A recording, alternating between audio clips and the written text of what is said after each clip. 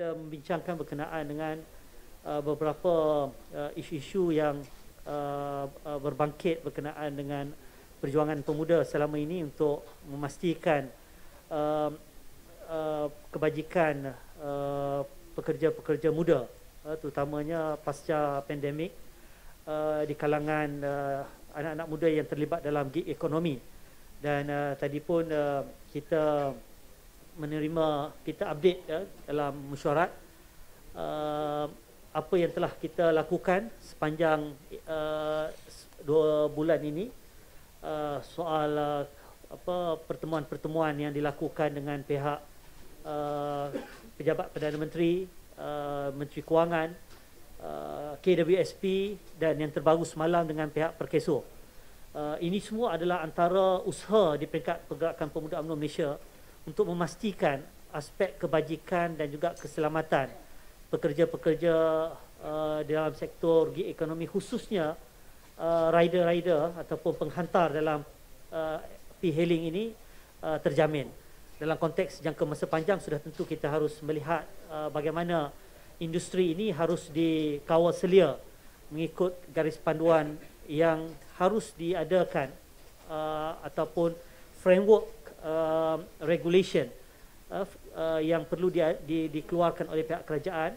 Dan yang kedua, soal akta kerja yang perlu dipinda dan mengambil kira nature ataupun tabi'i pekerjaan ataupun sektor gig ekonomi ini, yang hari ini apabila kita melalui pandemik, dia sudah berubah dari segi landscape-nya, dari segi nature gig ekonomi yang bukan lagi sebagai tempat atau wahana untuk pekerja-pekerja muda mendapat pendapatan tambahan, tetapi ia sudah menjadi sebahagian daripada pekerjaan utama kepada golongan ini. Jadi sebab itulah aspek kebajikan dan keselamatan itu harus ditentukan. Sebab itu dari segi jangka masa pendek, the low hanging fruits yang kita melihat antara perkara yang kerajaan perlu ambil kira ialah soal keselamatan mereka, jaminan keselamatan dalam konteks insurans perlindungan dan sebagainya. Dan inilah yang kita bincang panjang dengan pihak Perkeso, yang akan kita gerakkan pendaftaran dari segi skim-skim perlindungan yang ditawarkan oleh kerajaan untuk dilakukan kerjasama strategik untuk kita gerakkan di peringkat negeri-negeri.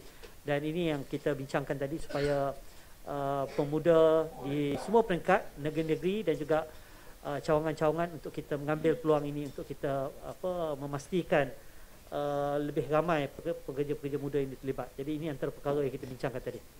Ya, itu antara isu yang kita bangkitkan, dan pernah kita adakan sidang meja bulat dengan wakil-wakil mereka bulan lepas. Dan antara perkara yang menjadi satu isu besar ialah eksploitasi daripada golongan kapitalis ini. Syarikat-syarikat ini mengambil kesempatan daripada mereka kerana tidak adanya garis panduan berkenaan dengan bagaimana allowance, bagaimana kaedah pembayaran kepada pekerja-pekerja dalam sektor ini.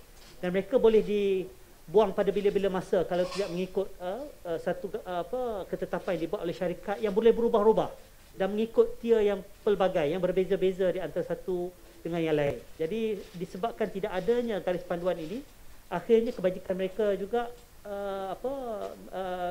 terabai dalam konteks itu. Ini antara perkara yang kita sebenarnya sudah pun mengangkat perkara ini sebagai dalam bentuk memorandum kepada Pejabat Perdana Menteri dan juga Kementerian Sumber Manusia untuk diadakan satu garis panduan khas, regulation framework untuk pekerja-pekerja dalam konteks e-hailing dan e-hailing.